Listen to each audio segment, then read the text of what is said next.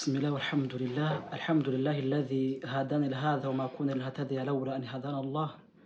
أشهد أن لا إله إلا الله وأشهد أن محمدا عبده ورسوله فصلوات الله والسلام عليه وعلى آله وصحابه ومن سار بسنته إلى يوم الدين ما بعد ugushimwa ndetse no gusingizwa ibisano juje ubutagasi kwiteka Allah subhanahu wa ta'ala aho nishomisakari kumwe Imana Nabi Muhammad sallallahu alaihi wasallam n'abandi basangira ngendo be nabaza bakurikira kugira ku munsi w'imperuka turasaba uteka Allah subhanahu wa ta'ala ko yadushira muri abangabo Allahumma amin bagandukira amana iteka ryose alhamdulillah alladhi hadani lahadha hatagatifuzwa nashimwe guteka Allah subhanahu wa ta'ala watubenzira igororotse wama kunen hatadiya laula an hadana Allah nyagasani nyiri mu iyo bitaza kwa kumwe cyangwa se ku bushake bwawe twari kuyoboka inzira igororotse y'Islam yero bagandukira amana iteka ryose fadhakiru fa inna dhikratan fa'il mu'minina ngo iteka ryose muzibutsa cyangwa se muzahoze kwibutsa kubera kugibutsa roje bemera amana kamaro iteka ryose nkuko bisanzwe imitima bemera amana ikeneye kuba yakibutswa uko bwije nuko buke kubera yuko nibyo biryo byo cyangwa se bihagufasha gutungana inshallah bimashiyati Allah subhanahu wa ta'ala bidayatan mu gutangira bagandukira amana tugiye kureba enemy hambaye Allah yaduhaye inema nyinshi tutarondora izo nema zose Allah yaduhaye nyinshi tutarondora ariko hari enemy hambaye cyane umugaragu agira kafite byose niye yitakaje kwatakaje byose subhanallah alhamdulillah alladhi hadani lahadha wama kunna nahtadiya laula an hadana Allah nyagasani hashimwe watuyoboye inzira y'Islam igororotse iyo bitaza kwa kushake bwa cyangwa se muweza ntabwo twari kuyoboka byumvikane ngo raisa bunaka neema nta nema dufite yambaye cyangwa se ifite agaciro yagira ko twagira anema nk'uyu y'Islam byumvikane ngo niyo nema dufite ikomeye cyane iteka ryose umwemera amana cyangwa se umwislam agomba kubungabunga akamenya agaciro kayo akamenya ko kwitakaza atakaje byose akamenya no kugira igiteka ryose abagize byose subhanallah rero umenye bita ibn Qudama al-Maqdisi rahimahullah aratubwira ati man saraka ghayra at-tariq salafihi ngo uzahitama agacinzira cyangwa se agacumurongo utandukanye n'abatubanjirije asalafi salih byumvikane ngo umusahaba uzacukuye niyo nzira cyangwa se agashaka kundi kwibuka cyangwa se kujya kugandukira Allah bitandukanye nuko bari abasangiranye ibintu Imana Nabi Muhammad sallallahu alaihi wasallam cyangwa intumwa y'Imana byumvikane ngo azaba maze gutana cyangwa se abagiye ashaka korama byumvikane ngo ndetse waman mara ani sunna ndetse nuzacukwera akagendanye kure imigenzo ya Nabi Muhammad sallallahu alaihi wasallam muri make kitandukanye na sunna za Nabi Muhammad sallallahu alaihi wasallam yumvikane ngo faqdin harfa an at-tariq al-janna yumvikane ngo uzacumura ukubiri ndetse imirongo ya Nabi Muhammad sallallahu alaihi wasallam nkuko bitwishaka twereka umurongo kugenderaho no gutunganya ibidukora byose ngo Imana ngo uwo ngo azamaze guta umurongo zamugeza kuri muri al-janna fatakullahi ya ibadallah bagandukira Imana turangwa no gutinya Imana mu kwitinya tuzirikane ko inema dufite ikomeye cyane ari ubisemo Allah duhaye tunakomeza avuga ati mu byukuri fa innal amru sa'ab mu byukuri muzirikane ko ibintu bihambaye cyangwa se bikomeye cyane kubera ko wama ba'da al-jannati ila nar byumvikane ngo Allah yamaze kuturema atwereka ko aturemeye kugira ngo tumugaragire wama khalaqatul jinna wal insa illa ya'budun ngo intego nyamukuru yo kuremwa kwacu cyangwa se ko abinadamu bose no kuganduka no kugaragara cyangwa se gusenga Uwiteka Allah subhanahu wa ta'ala rero byumvikane ngo inyuma y'ugo rugero cyangwa y'ubwo buzima tuzaba hano kuri dunia byumvikane ngo ma ba'da al-jannati ila nar nuko buri wese agomba kuzajya gutuzwa aho yakoreye imamwe cyangwa se bikamumurazo zirikana ngo iteka ryose ma ba'da al-jannati ila nar nta kizaba nyuma yuko hari ijuru cyangwa se aljanna usije umuriro bagandukira abantu biteka Allah subhanahu wa ta'ala mutinya Imana mukuru kwitinya wama ba'da al-haqq ila ad-dalala ngo kandi nyuma yuko wamaze no kubona ukuruka kubona nyako ko uwisilamu ko ariko kuri iyo nzira Allah yagwitiyemo akakuyobora akakwereka turaza kureba dalili z'ibyo byose zirikana ngo wama ba'da al-haqq ila ad-dalala ngo ndetse nta kwango nta nikiri zabaho nyuma yo kuba uzukuri ugatanuka kwirengagiza usije kuba ubuyobe wama ba'da sunnata illa albid'a ndetse nta nikizaba nyuma yuko umugaragu yitandukanye n'imigenzo ya Nabi Muhammad sallallahu alaihi wasallam cyangwa se ngo agandukira Allah bihabanye nko Allah bimwije cyangwa se nomwaye byumvikane ko azaba agiye muri bid'a bagutangira bagandukira mu Uwiteka Allah subhanahu wa ta'ala nibikwiye cyangwa se nibihambaye zirikana ngo Allah subhanahu wa ta'ala muri twabonye duye nyinshi zihambaye twabonye ko a'zamu ni'ma inemi dufite ikomeye cyane inama y'Ubusiramu kubera yuko tugiye kuradari ibyo byose Uwiteka Allah subhanahu wa ta'ala atwereka agaciro k'ibyo byose aravuga ati inna dini inda Allahi al-Islam byukuri ngo idini wanje umuyoboro wanje utunganye nashyire biremwa byose kuri yizirikana ngo mu bihumbi n'ibihumbagize bituyisi wowe kuba Allah yaraguhaye bitawfiqi wa ihsani akagwe nima yuko mu bamwami mu mugaragira ni'matu tawhid la ilaha illa Allah zirikana ngo nta nima yindi wabona nyuma y'inema Uwiteka yaguhaye kubera ko niyo tubonye ko Allah yaguhitiyemo aravuga ngo inna dini inda Allahi al-Islam mu byukuri ngo idini wanje umuriro nashyire biremwa byanjye byose no wisilamu wama yabte ghairi islam adina ngo uzacukure cyangwa sagatana kuri uwo murongo akaye gushaka kugaragira Allah shingiye ku Wisilamu yamuyoboye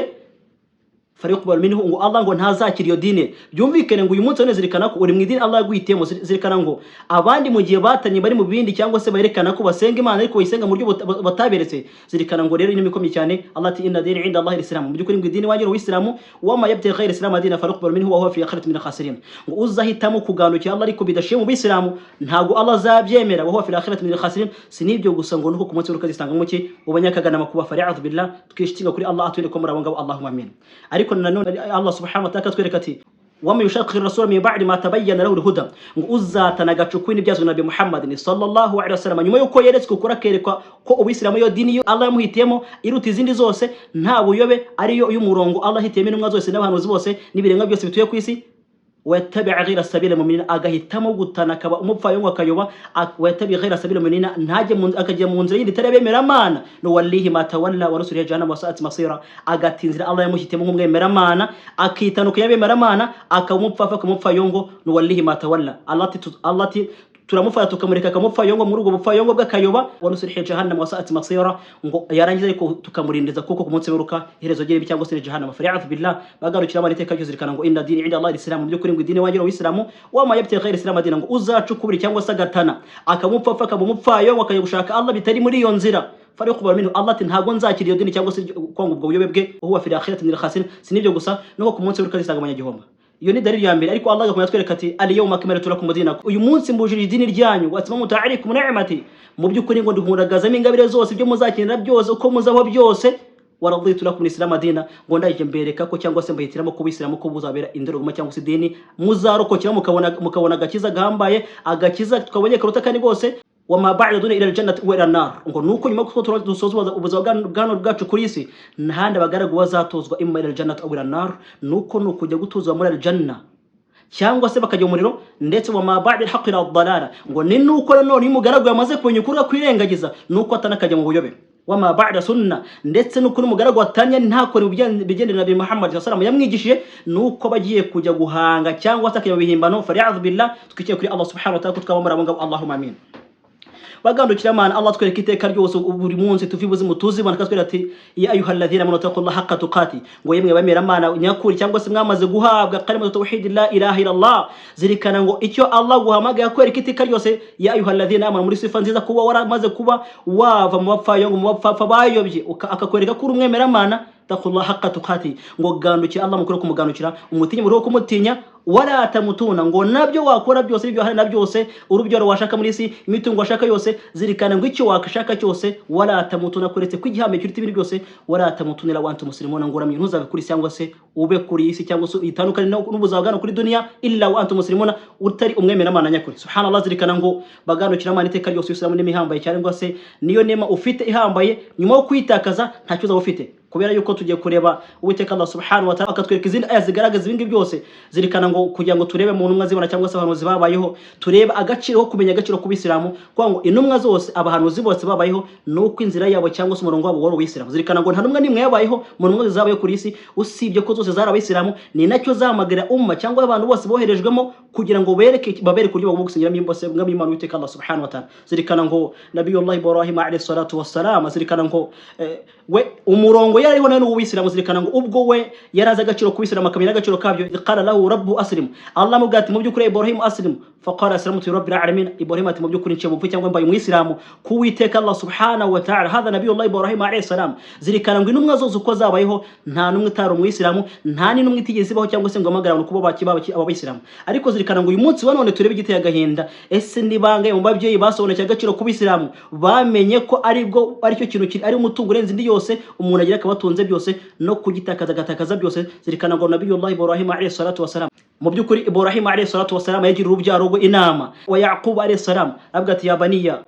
mu byukuri muzasengane cyangwa se kwango inna Allah astafa lakum dina, mu byukuri ngo nyagasane wa Uwiteka Allah subhanahu wa ta'ala astafa lakum dina fala tamutun, barabwira ati bana bacu urubyaro rwacu cyangwa inema mufitire ndizindi zose muramenye nimuzataruka cyangwa be kuri isi mutemwa baki abemera Mana nyakuri. Zirikana ngo Ibrahim mu kubera ko yarafite agaciro cyangwa se azagaciro inema y'Ubisilamu ko nta nimo wayinganye nayo, ndetse wa Ayuba wa Yaqub alayhi salatu wassalam barabwira ati ya baniya, mu byukuri urubyaro rwacu bana bacu ese ni kwango inna Allah astafa lakum dina, mu byukuri ngo muzirikane ko Uwiteka Allah subhanahu wa ta'ala bahitemo idini y'umuyoboro mwiza ari yuri tuzindi zose ari izaba ugutse ndetse no kurokoka wala tamutila wantu muslimuna ngo muramenye nimuzave kuri isi mutemwa baki abemera mana cyangwa se abayisilamu nyakuri byumvikane ngo ntago bisilamu muri kuri ummati Muhammadin sallallahu alaihi wasallam ahubwo na umma zabali cyangwa zatamze zose umurongo bo cyangwa se manhaj yari ubisilamu zirikana ngo bagarukira mu iteka Allah subhanahu wa ta'ala inumwe Imana iratubwira ati muri hadith bada al-islamu gharib sa'udu gharib fatuba al-ghuraba ngo mu byukuri ngo mugutanye nkuko mbizi ubisilamu bwatangiye ari ikintu mbere se gitumvwa kwa ngo abantu bagira ngo ubisilamu ni gutya musenga Imana imwe rukumbi mureke ibingi mukora ibingibi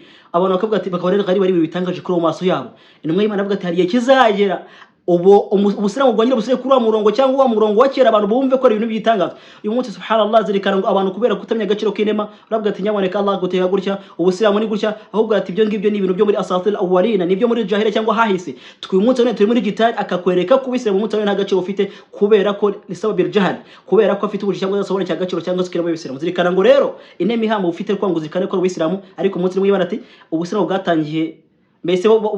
babwira bati ima Allah bamubwira tubisilamu ni gutya Allah ati gutya na gutya umuntu akashira mu bwenge bwe cyangwa se santima se ngo inumwe Imana ati buzongera mu bihe bya nyuma bizongera bigende gutya umuntu umubwire ubisilamu mwereke mu murongo w'isilamu ni gutya na gutya usanga muri kugira ngo agende kuri umurongo cyangwa se yumve subhanallah ubone ibintu by'ibitangaza subhanallah zirikana ngo mu gusoza abaganukira Imana kugira ngo twumve urugero rw'iki kintu ese kano kanya ababyeyi bacu ababyeyi dufite abana ababyeyi bacu batubyaye uyu munsi none muzirikane ngo icyo mudufasha kujya kwiga kenshi na kenshi iteka ryose kwiga masters kwiga doctora ibyo byose mushaka kugira ngo twige tugire ubuzima bwose twagira ibyo twatunga byose muri kudufasha gushaka dunia ariko muzirikane ngo ibyo nibizarangira ariko ihaye umwana w'Isilamu kamubizira kuko banyabwo umuhaye wal akhiratu khairul lakum min ula umuhaye ubuzima buri abadiya umuhaye ubuzima mbese buzarama iteka ryose ariko zirikana ngo ibyo muduha cyangwa se muha abana uyu munsi none kuba wabigisha ni byiza byinshi batubatiramo ingano kuri dunia ibyo ngibyo ni birangira kugira ngo babone umugati ariko turi kwirengiza ko twakwe tubaha nibura ikizabafasha kugeza ku iherezo cyangwa se ubuzima bw'iherezo wal akhiratu khairu laka min al rero baganukira Imana zirikana ngo Umar ibn al-Khattab radiyallahu anhu yakunda kubwira abasanyira ngendo be abasanyira ngendo bagenzi babibutsa babwira ati mu byukuri nahnu qaumun azana Allah bil Islam famahama ibtaghayna izan ghayr Islam azana Allah subhanahu wa ta'ala ngo turi umanza cyangwa turi umuryango mwiza Allah yahaye icyubahiro ariko akiduhera mu bisilamu muri make cyuro cyose wakena nk'umwemera Imana ugomba kugishaka mu bisilamu zirikana ngo nugomba gushakira icyuro cyane nk'umwemera Imana ngo rero ngo mama kandi bitaghani iza ni ghari Islam ngo aho washaka icyuro cyose ukubaho neza ukundi kwiterambere cyangwa se kugira ngo ugaragaze kuri muri cyangwa mu buzima bwiza bitari mu bisilamu azana Allah subhanahu wa ta'ala ngo nuko Allah guteza igisuzuguro zirikana ngo al-izzatu lillahi subhanahu wa rasulihi wal mu'minin Allah kwereka ko icyoro cy'ikindi dushaka niki Allah ubwe ndetse n'intumwa ye nabemera Imana zirikana ngo ahandi twashaka famaha bitaghayna iza ni ghayr Islam ngo ahandi twashaka icyubahiro bitari ku bisilamu nuko nta kindi tubona umunsi twarasuzuguritse cyangwa se benshi barasuzuguritse kubera ko bagiye gushakira icyubahiro kitari uteka atagiruse ataturangiye mu gusoza baganukira Imana zirikana ngo umwe mu bamenye cyangwa se Ali ibn Abi Talib radiyallahu anhu aratwereka kuvuga ati ngo kullu kwango kano kanyubona benshi ku isi bafite byinshi bitandukanye afite imitungo afite byinshi bitandukanye abantu bigo birukaho zirikana ngo igihambaye cyane ngo wa kullu na'im dun al-janna haqirun buri nema yose watunga kuri isi n'ibyo wagira byose muri isi ariko bizahegwa n'umuriro zirikana ngo haqirun nibisuzuguritse wa kullu bala'un duna naru afiya ndetse n'ibigiryo byose baba muri buzabwa ngo budasimbi kwango butagushimishije ariko ukabuzi kwiherezo byabwa ari janna uwo ngo ni afiya kwango nagakiza kuri wowe zirikana ngo bwanukira muri iteka ryose rero inna dini inda Allah al-Islam byukuri ngo idini nyamujyo itunganye no w'Islamu ndetse no gutatira cyangwa se ugatoma umurongo zirikana ngo zabugiza kagarama kuba zirikana ngo iteka ryose ma ba'd al-hayat ad-dunya ila al-jannah wa ila-nar nuko iteka ryose yo kuzirikana ngo ubuzayo tumaze kuburangira bwana kuri dunia nuko umugaragu amako yagutuzwa yakoreye na handi usibye ko habiri imma ila-al-jannah wa ila-nar nuko kujya mu cyangwa se mu muriro ndetse nta nicyo uzabona nyuma yuko wamaze kuona sunna imigenzo nabi Muhammad sallallahu alaihi wasallam gatanuka cukuri kwayo zirikana ngo uza umaze gutana cyangwa se ko wahosha umurongo kugera muri arijana cyangwa se gushaka iherezo ryiza ndetse n'yo kwango wa mabadi haq ila dalala na nyuma yo kuwamenya ukuri katanuka gushakira ubundi ukundi kuganduka cyangwa se gusenga Allah bidashingiye kuri kwa kuri usibye kugiye mu buyobe ndetse wa mabadi sunnati ila bid'a ndetse no kwango guta imigenzo ya rasul cyangwa se ubuzima dusigiye ibyo twakora byose dushigiye kubisilamu zirikana ngo tuyobe himbano fari'atu billah أقول بالفضل سبحان ربك رب العزة أما يصفون والسلام على المرسلين والحمد لله رب العالمين.